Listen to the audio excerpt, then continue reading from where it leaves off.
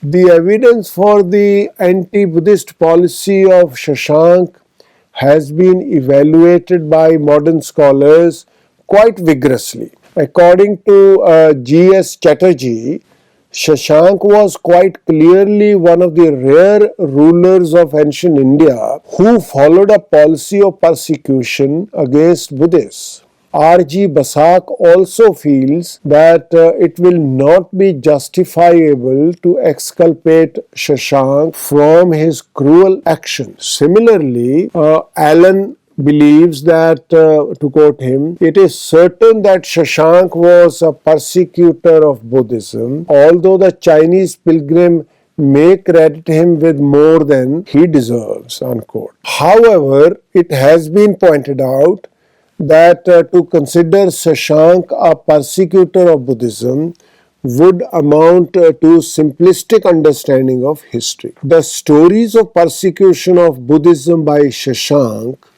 cannot really be given credence without an independent testimony, because they rest upon the sole evidence of Buddhist writers who cannot by any means be regarded as unbiased or unprejudiced, at least in any manner which either concerned Sasanka or adversely affected Buddhism.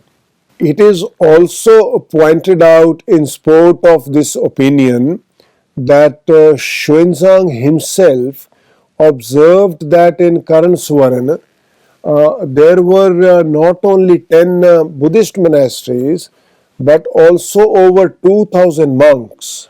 Thus, the flourishing condition of Buddhism in the capital city of Sasanka, as described by Xuanzang, is hardly compatible with the view that he was a religious bigot and a cruel persecutor of Buddhism. At the root of Sasanka's ill will towards Buddhism was probably the fact that the Buddhists of all these places in Magad and elsewhere entered into some sort of conspiracy with Harshvardhan against him, and therefore he wanted to punish them by such oppressive persecution.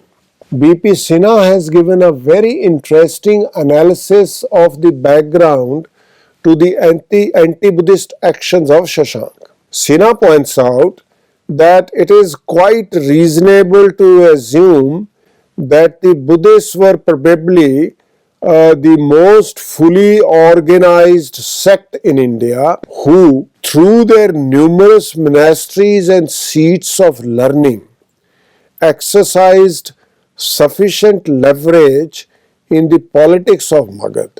To quote him, it was probably the expulsion of the Paro-Buddhist mockeries from Magad by the Brahmanical Gaudas which made Sasanka unpopular with the powerful Buddhists of Magad, unquote. By the way, mockeries is the dynasty of Harshvardhan. Sinha further points out that, to quote him, the uprooting of the Bodhi tree may have been an economic move against the Buddhist hierarchy of Magad, as presents from all over the Buddhist world were offered at the Bodhi tree. The impressions of a foreign religious scholar like Xuanzang perceiving in these acts of Sasanka a deliberate policy to destroy Buddhism are not surprising. Buddhist authors of later times also appear to have consciously or unconsciously seen religious fanaticism in the actions of Sasanka.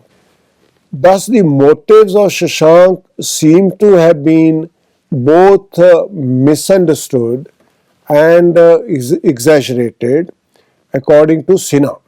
Moreover, as pointed out by R.C. Mitra, all of Sasanka's persecuting acts being confined outside the limits of his own kingdom, it may be argued that his object was not so much to extirpate Buddhist heresy as to take the wind out of the sails of his own Buddhist subjects by destroying the sacred tree at Bodh Gaya. Xuanzang's story has also been questioned by Devahuti. According to her, the story of Shashank's death immediately after the desecration of the Buddha image is most suspect, because it is just such an episode as Xuanzang would introduce in order to create effect. Moreover, Devahuti suspects that as the legend of Pushyamitra was almost certainly known to Xuanzang, as it exists in more than one Chinese version, he had Pushyamitra's fate in mind when he wrote of a similar curse on Shashank. A certain measure of proneness to exaggeration may be natural in Xuanzang, who had Shashank's arch enemy Harshvardhan for his patron, and he makes no secret of his fierce allergy to non-believers. But making allowance for his natural bias against Shashank, the whole episode can hardly be dismissed as mere malicious propaganda.